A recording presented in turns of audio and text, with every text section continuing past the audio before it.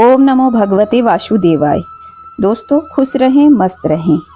आज मैं आप लोगों के लिए संकट चतुर्थी या संकष्टी चतुर्थी व्रत की कहानी लेकर आई हूँ। इस व्रत के शुभ मुहूर्त और पूजा विधि को मैंने चैनल पे उपलब्ध करवा दिया है, आप वहाँ से जाकर के देख सकते हैं। आइए जानते हैं संकष्टी चतुर्थी व्रत की कथा। एक साहूकार और एक साहूकारनी थे। वह धर्म पुण्य को नहीं मानते थे, इसके कारण उनके कोई बच्चा नहीं हुआ। एक दिन पड़ोसन संकष्टी चतुर्थी की कहानी सुन रही थी। तब साहूकार ने उसके पास जाकर बोली कि तुम क्या कर रही हो। तब पड़ोसिन बोली कि आज चौथ का व्रत है, इसलिए कहानी सुन रही हूँ। साहूकार ने बोली चौथ का व्रत करने से क्या होता है। तब पड़ोसिन बोली कि अन्न धन सुहाग हो, बेटा हो। तब साहूकार ने बोली कि अगर मेरे गर्भ रह जाएगा तो मैं 1.25 सेर का तिलकुटा करूंगी, चौथ का व्रत करूंगी। उसके गर्भ रह गया। फिर वह बोली कि मेरे लड़का हो जाए तो मैं 2.5 सेर का तिलकुटा करूंगी। उसके लड़का भी हो गया। अब वह बोली हे चौथ माता, अगर मेरे बेटे का विवाह हो जाए तो मैं 5.25 सेर का तिलकुटा करूंगी। जब बेटे के विवाह का समय आया तो बेटे की विवाह की बारात ससुराल के लिए चली गई। तब चौथ विधायक ने सोचा कि जब से इसके गर्भ रहा है तब से रोज तिलकुटा बोलती है और अब तो बेटे का विवाह भी हो रहा है, तब भी तिल का एक दाना भी दान नहीं किया। अगर इसको थोड़ा सा चटका ना दिखाया तो अपने को कलयुग में कोई मानेगा ही नहीं। हम इसके बेटे को फेरे से ही उठा लेंगे। तब उसके बेटे ने 3 फेरे लिए और चौथे फेरे में चौथ माता गरजती बरसती आई और उसको उठाकर पीपल पर बिठा दिया।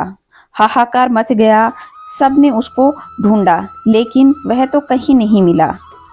लड़कियां गणगौर पूजने के लिए गांव से बाहर दूब लेने जाया करती थी। तब वह कहता आ मेरी अदब्याही। यह बात सुनकर लड़की सूख कर कांटा हो गई। तब लड़की की माँ बोली कि मैं तुझे अच्छा खिलाती हूँ, अच्छा पहनाती हूँ, फिर भी तू सूखी जा रही है। तब वह बोली कि जब मैं लड़कियों के साथ दूब लेने जाती हूँ तब एक पीपल में से आदमी बोलता है और वह कहता है आ मेरी अदब्याही। और उसने मेहंदी लगा रखी, सेहरा बांध रखा है। उसकी माँ उठी और देखा कि वह तो उसका जमाई है।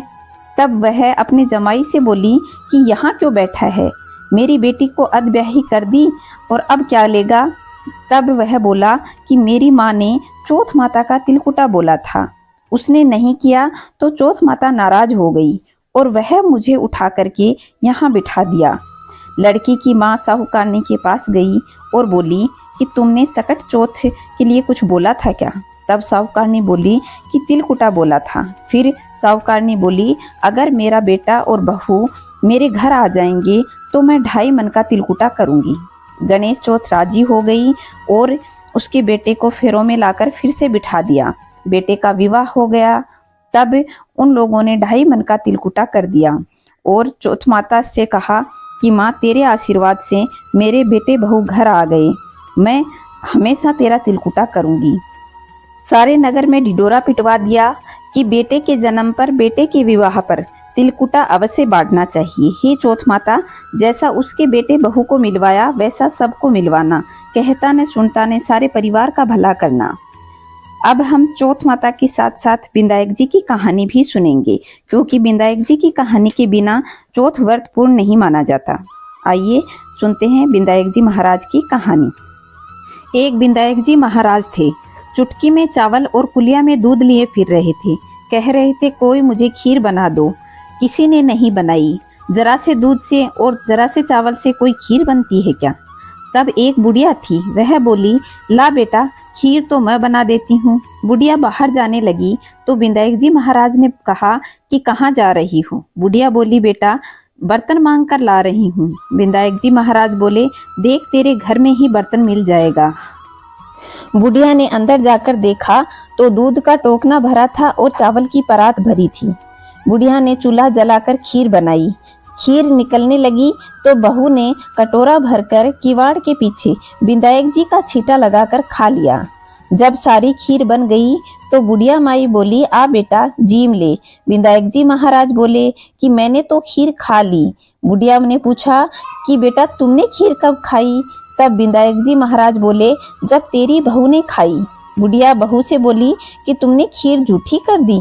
बहू बोली, हाँ जी, खीर निकल रही थी तो मैंने कटोरा भर लिया और खीर को देखकर मुझसे रुका न गया तो मैंने विधायक जी का छींटा लगाकर खा ली। विधायक जी से बुढ़िया बोली कि अब क्या करूं? गणेश जी बोले, खा और बांट। बुढ़िया खीर बांटने लगी तो दुनिया नीचा चर्चा करने लगी। कल तक तो बुढ़िया भूख से मरती थी, आज खीर बांट रही है।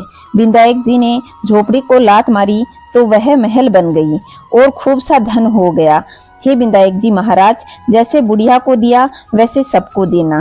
कहता ने सुनता ने हुकारा भरता ने सारे परिवार को देना।